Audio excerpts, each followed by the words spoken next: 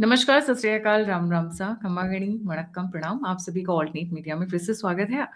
So much is happening in the world that I really requested for a special show with Periana, PVR Narasimha Rao sir. A very warm welcome on this show. Namaskar, Gayatri ji. Periana, the first question and the most important question, a lot of people have done videos. Which is the next country Trump is going to attack? But the way, I mean, it is coming because the way he's just picked up Madurai from his base, it is actually threatening. He can do that to anybody in the world except for Putin and I think Xi Jinping. Ji. And Modi. And Modi ji. Yes, he will not dare Modi ji, that. yeah. He will not dare that. The thing is, there is this narrative right now that America has become an imperial nation and US will go and attack various countries. My take is, towards the end of this year and early next year, when Rahu aspects the natal Mars in India, US independence chart, there is a chance that US will actually do some attacks. But the thing is, all the talk that we hear about Colombia, Greenland, and various places right now, my take is this is just a bluff. US is not interested in attacking various countries in my assessment, at least for the next several months. And this Maduro operation, this is not really an attack on Venezuela. These are just some surgical strikes and basically just getting Maduro out of the country and install a puppet government so that US has access to the Venezuelan oil and also put a checkmate to Chinese plans in South America, especially Venezuela. Venezuela is the country, I believe, with the largest oil reserves in the world. So basically, getting access to that will stop China from weakening the petrodollar, weakening the US dollar's influence, etc. So this is really a strategic move. The real target is not Maduro or drugs or Venezuela. The real target is really China. So whatever Trump and the deep state that is using Trump as an instrument, what they really want to get it is to attack China's dominance. If you take a step back, the real thing is this: US has been an unquestioned superpower in the world, and with everybody else basically well behind them. Basically, the barrier that US created for other countries to catch up is really high. And now, in the last half decade, China is really catching up, and China is coming close. So this is really an effort to re-establish that barrier and also strengthen that barrier so that China remains far behind, and the supremacy of US and the supremacy of US dollar in the world economy remains intact. So that is really the main target for this, and they will use this as a leverage when they talk about Cuba, when they talk about Colombia, when they talk about Greenland, when they talk about various other places. My belief is they will just use it as a leverage just to create that threat. It's like in movies you see that the hero or the villain, when they want to threaten the whole village, they just pick somebody weak and then thrash the person so that nobody dares to go against you. This is kind of like that in my assessment. I don't expect an expansionist imperial US basically going around attacking various countries. That is my assessment. But the thing is, towards the end of this year and early next year, Rahu will be at the beginning of Aquarius and he will be aspecting Mars, who's at the beginning of Gemini in US independence chart on July 4, 1776. So, in the past, whenever Saturn or Rahu were aspecting that Mars very closely within 3-4 degrees, US got involved in some wars or attacked some countries. So, it is possible uh, about a year later, but for the next several months, I don't anticipate any actions. But I do anticipate basically the threat being used to get some favorable deals that US wants to make with other countries, etc. So I don't anticipate any imminent attack on any other country. The only exception to that is when I look at Cuba's annual charts, there are some concerns. So basically, Cuba may be in trouble, but I don't expect anything with Colombia. I don't expect anything differently with Denmark and Greenland. Some people are saying that US is going to attack Denmark and take away Greenland. my expectation is they will just talk really hard, play hardball, and try to bully Denmark into selling them Greenland. Basically, make a deal rather than actually have a war over Greenland. Probably a diversionary tactic also, so that people are involved on the Greenland side while they take care of Cuba. That can Possible, also possible, be. possible. But the thing is, I do think that US is interested in Greenland as a base, as a military base, and as something that controls basically the shipping routes in the Arctic. So there are some strategic interests, and there may be some rare earth elements also there. So I believe US is seriously interested in Greenland, but the way to take care of that will be through, just like Alaska. Alaska was bought, it was basically a deal. These things do happen. People think that whatever Trump is talking about is crazy, but the thing, yes, he's a crazy man. But the thing is, actually, here I want to make a quick point on Trump. There are two aspects here. One is Trump talks crazy, but the thing is, when it comes to what he's proposing, there is some strategy there. There is some long-term strategy there. So people may sometimes think that there is a strategy here. He's a genius or he's an idiot. He doesn't know what he's doing. The real thing is there are both the aspects are there. The deep state, which has certain moves planned out, sketched out, so that U.S. dominance in the world is basically kept intact for the next several decades, and China is basically suppressed, and China is never allowed to catch up with US. So that basically keeping the dominance intact. So that is, as far as that is concerned, there is a clear strategy. But when it comes to execution of that, they picked Trump for a reason. They wanted somebody because the state was planning some crazy things in the next several years. They wanted somebody who has that crazy persona. So they picked Trump. So off the cuff, he will say some crazy things, and he will use hyperbole. People confuse the two. So under the surface, there is a clear strategy which basically is well bought into by the US government, as well as the unseen government which is running the show. And on the surface, Trump is given some leverage so that he can just talk shit, and then people that basically distracts people. That's like a smoke screen. But there is a real strategy. I do believe that Greenland is something US is interested in. This is not a diversionary tactic, but the thing is, they I don't expect force to be used for that purpose. Right. Periana, this year is going to be year of invasions. Trump did in Venezuela. China plans to do it in Taiwan. Israel in Palestine, and possibility for India also for POJK and Bangladesh. Actually, in my assessment, this is not really a year of invasions. This is a year of talk of invasions and preparing things. I don't expect that China will invade Taiwan this year, as some people are thinking. Until 2027, the window doesn't really open in my assessment. After 2027 and closer to 2030, it is certainly a possibility. But I don't expect that to happen now. But there will be talk of that. And US, it's not really an invasion of Venezuela. It's just some strikes on Venezuela that easily gave control of Venezuela to US. So in general, as far as US and China are concerned, I don't expect any invasions during this year.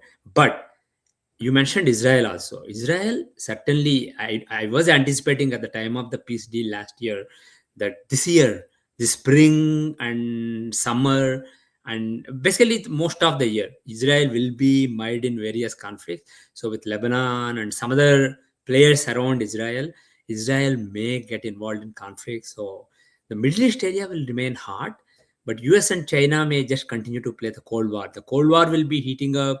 There'll be several fronts where that Cold War is fought, but I don't expect US and China to be involved in any invasions or any wars, unlike what many people are expecting. As far as India is concerned, there is a window of opportunity open, late February, but more likely March, April, May timeframe.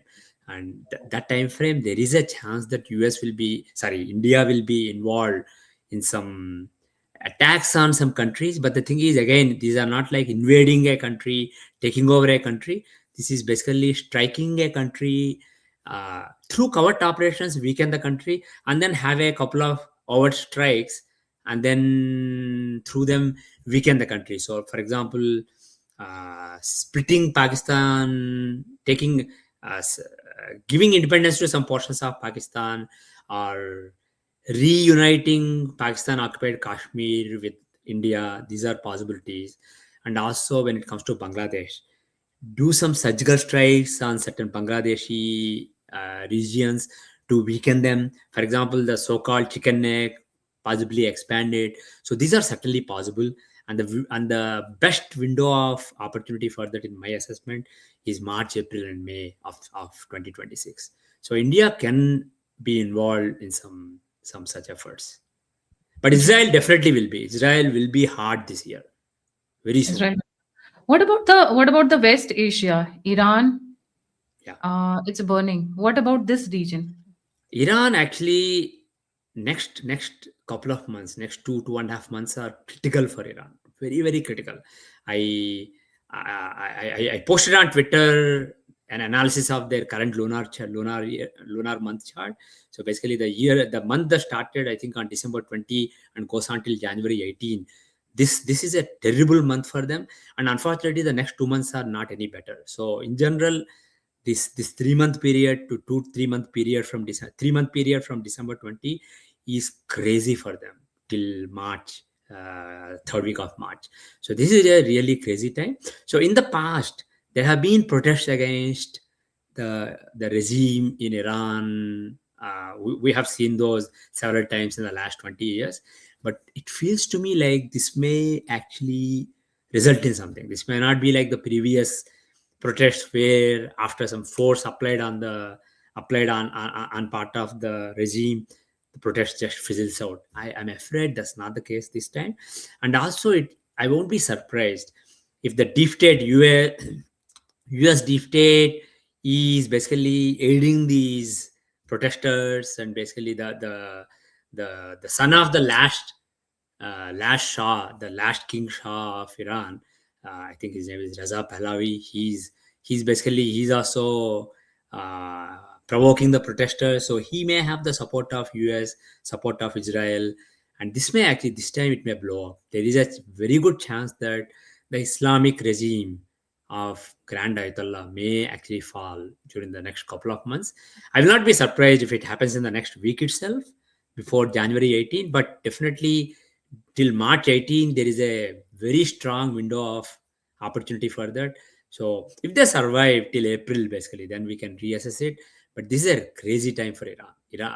But the thing is, Iran is an ally of China and Russia, and already China, because of Venezuela falling into US hands, China is already pissed off. So they may not want Iran to basically again fall into US hands, because if Iran is liberated from the Islamic regime, most likely what is going to happen is again a puppet of US will be installed there. So China absolutely doesn't want that to happen. So China may get involved in the next few weeks, but the thing is, till March 18, the time is very ripe for a change of leadership in Iran. And in the long run, this is in the short run, in the next couple of months.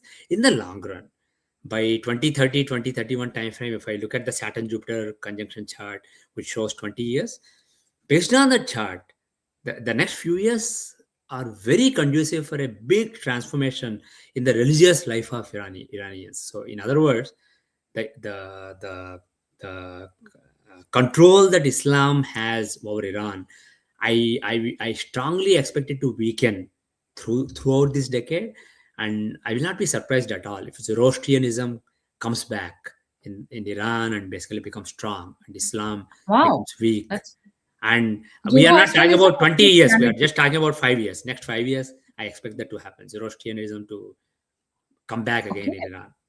not Christianity, Well, Zoroastrianism. Christianity will be there. See, if a puppet of US is installed, like Reza Pahlavi, he will obviously promote Christianity, because that is how US deep state and US government can make US citizens happy about putting some resources into this project. So Christianity will also grow. But the thing is, see, I keep saying, right, in India, even Muslims, they have Sanatan Dharma in their genes, in their vasana. Similarly, the Iranians, they have Zoroastrianism and some of those ideals, some of those principles in their genes. They're embedded in their genes. They are in their vasana. So it's easy for it to come back. And I will not be surprised if Zoroastrianism is secretly practiced by a small percentage of Iranians even now, and others have some affinity to it.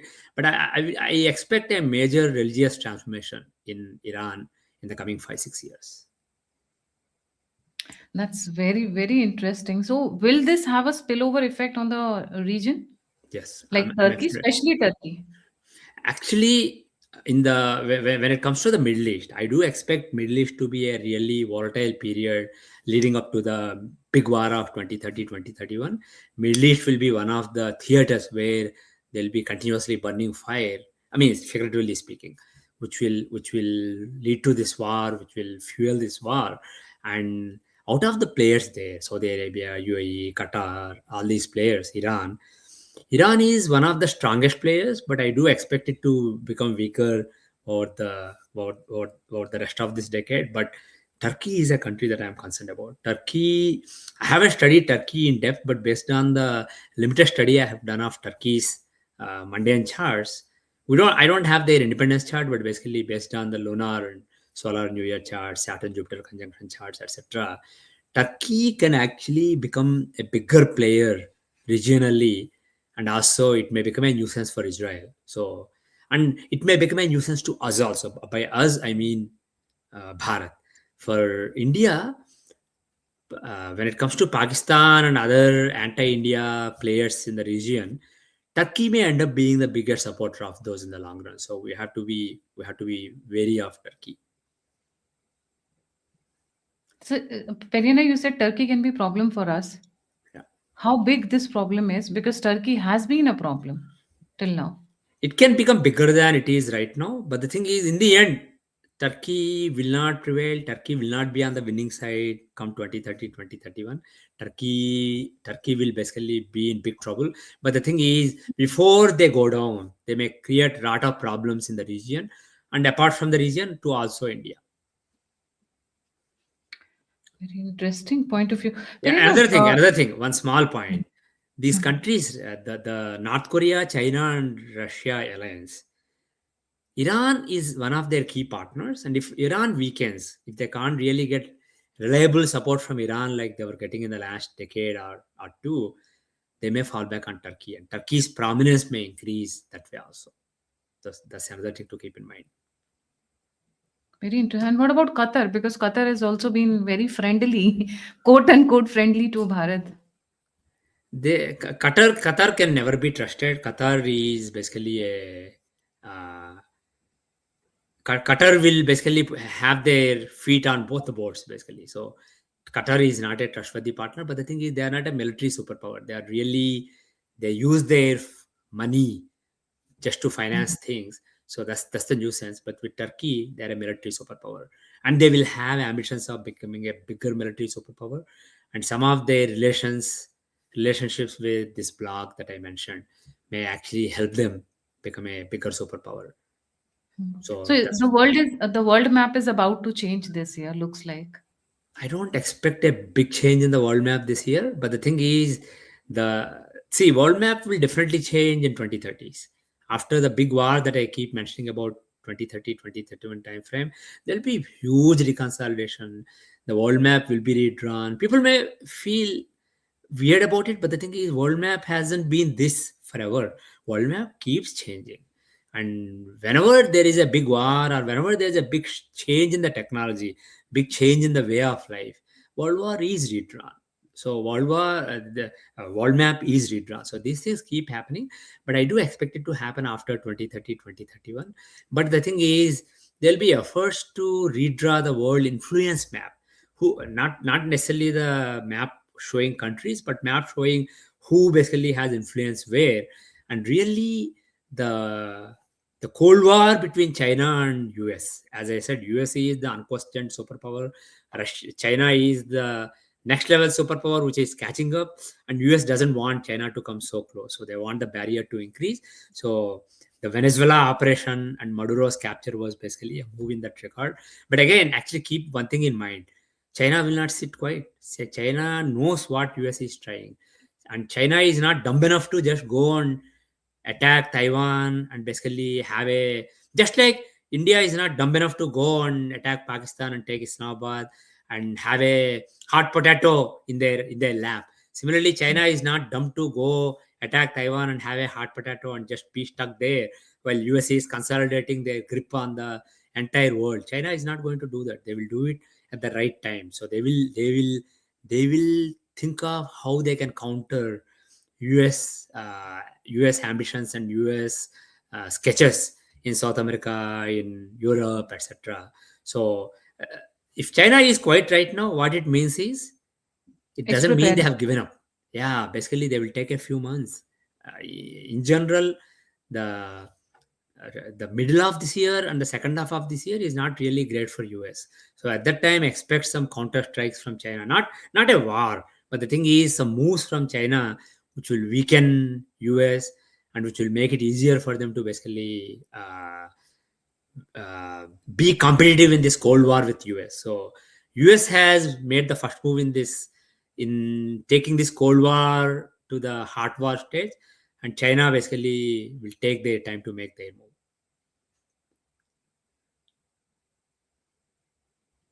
But the Russia-Ukraine war, is it going to culminate this year?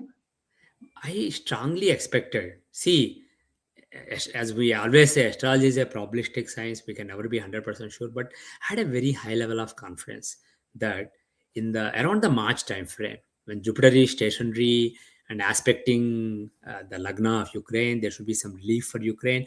At that time, there should be some peace for Ukraine. So I was actually thinking that in spite of all the hot rhetoric between Russia and US and seizing of these Russian tagged tankers near Venezuela, in spite of all this, my assessment is that because now, given the situation right now, no deal can be made now basically. So I strongly suspect that a deal was already made between Putin, Zelensky, and Trump, and mostly finalized treaty was deal was already made before they took this move in Venezuela, and it will be formalized in February March time frame. But my strong expectation is that there will be peace in Ukraine this year, and two things. One is most likely March time frame, March April time, February March April time frame, and second thing is most likely it will involve change of leadership in Ukraine in the coming months. Right. Are we starting a 100-year destruction cycle because the World War II pattern, which started in 2020, sorry, 29, crash? A lot of people are saying history is repeating itself. I do think that history is repeating itself on a compressed time scale. Basically, 2020 pandemic was similar to 1919 Spanish flu, and then the 1929 Great Depression, the economic crash. We are is probably in the 2026 time frame. So I do expect economy to have severe impact later this year.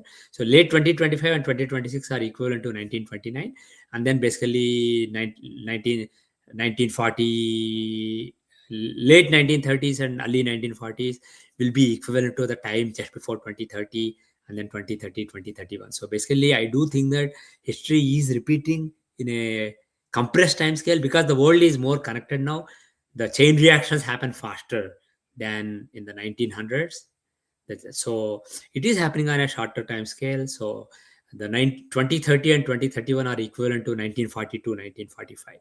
So I do think that see, a lot of things we see with astrology we are not 100% confident of, because it's not like we have a TV in which we see what is happening. It's a It's a matter of prediction science. what seems more likely, what seems less likely. But the thing is, there are certain things that we have more confidence in, certain things we have less confidence in, and the assessment that in 2030 2031 there'll be a big war, big clash between big powers that will change the geopolitical order, geopolitical equations, and the world map going forward.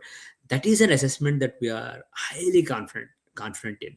But the exact nature of that war, if you look in the past, what weapons were used, how the war was fought, these are all change. They evolve with time depending on the technology of that time. So what kind of weapons are used? Is it physical weapons, physical killing, or is it economic, is it technological? These are all basically to be determined closer to the date based on where we are. But the thing is, there'll be big clashes between China, US, and there'll be some clear sides basically. China block on one side, US block on one side, and there'll be a clear fight almost to death, and then basically both of them will be weakened as a result of it, just like Germany and UK were both weakened as a result of World War II. But there'll be new winners who will emerge as a result of it, which I expect India to be one of those big winners. Winner. So this is something that I'm highly confident of. The other thing I'm highly confident of is US is a weakening superpower. They will. Trump is putting a valiant effort. Some people may see he's being dumb, but the thing is, there is some strategy behind it. He is doing his best for the deep state to make sure that US dominance, supremacy will remain intact for a few more decades. So he's doing his best for that, but I'm confident that that will fail and US will weaken over the coming decade. And after 2030, US will not collapse, but it will be a weakened power. That is one thing I'm confident of. And the other thing I'm very confident of is that Bharat will rise and it will become stronger and stronger. So that is another What thing I'm about confident of. what about the UK and European countries? Because if you remember the 100-year cycle, it was the UK and the European powers. They were very powerful. The rest of the world was barely surviving. Yeah. See, they will not. They will be kind of like the Far East, China, Singapore, and all these China, Thailand, all these countries which were powerful for a long time. In 1900s, they became basically third world countries. So my expectation is that much of Europe, particularly UK, will will become further weakened. They are already weakened powers, but they will become further weaker, and they will not be a comparison to India in my assessment in 2030. So they will not be the center of the world anymore. They were the center of the world till 1900s, and that continued post World War, but slowly dwindling. But they will not be the center of the world, and Asia will be the center of the world, and India will be the dominant superpower of the world. So that is why I'm so confident that, as I mentioned in a previous video, this year is a crossroads year for India. Just like mid 2024 was a crossroads time for India, the mid 2026 is a crossroads time for India. Rahu is an Ashtama. There is Ashtama Rahu for India, and Rahu will be exactly aspecting India's Marka, Mars, who's in the second house of death. So it is actually a dangerous year for India. So if I don't look at long-term chart, just look at current year chart, I should say that this is a dangerous year for India. India will be under attacks, not physical attacks, but basically the virtual attacks, the subtle attacks, the hidden attacks. So India will be under attacks during this year. Is a difficult year for India. But the thing is, given that the long-term growth I see for India, given that I see that, I'm confident that India will not take a wrong turn at this crossroads year in this mid 2026. India will overcome the obstacles and not succumb to them. Ji. Marina, you look at the world with a lot of different points of view. What is more, uh, any other point which is very exclusive and I've not touched upon it if I've missed it? Uh, I can't really think of anything, but the thing is, one thing I may have said in the past, but one thing I will repeat is, don't be biased by who's talking friendly to your country and who's talking inimical to your country right now, because I mentioned many times in the past, 2025 and 2026 are transitional years. These are years when people will try out different things. The real friends and real enemies will emerge after 2026. So 2027, 2028 onwards, in this Cold War between China and US, who's on which side will become clearer. So don't do basically, to put it in Hindi, bahak mat jana. Basically, don't get swayed. Just take it easy. There'll be a lot of stuff happening. And also, when it comes to foreign policy, I'm glad that India is not deserting any side. They're keeping friendly relations with all sides in this conflict, in this Cold War, and they are keeping all their options open, because this is the time when you want to keep all your options open, and it will become clear towards the end of this year. So 2027 onwards, the alliances will be more consolidated. Consolidated, right. Thank you so much, Periana, for joining. जाने से पहले viewers से request है, please don't forget to like, subscribe, and share VedicAstrologer.com. All the details of Periana's YouTube channel and also his website. I'll put it in the comment section as I always do. And इसी के साथ don't forget to like, subscribe, and share the alternate media. अगर आप मेरी सहायता करना चाहते हैं तो नंबर और यूपीआई पे आप मुझे कंट्रीब्यूट कर सकते हैं. आप मुझसे जुड़ना चाहते हैं, फीडबैक देना चाहते हैं तो सभी के सभी लिंक्स डिस्क्रिप्शन बॉक्स में है. इसी के साथ जय हिंद, जय श्री राम, हर हर महादेव. हर हर महादेव.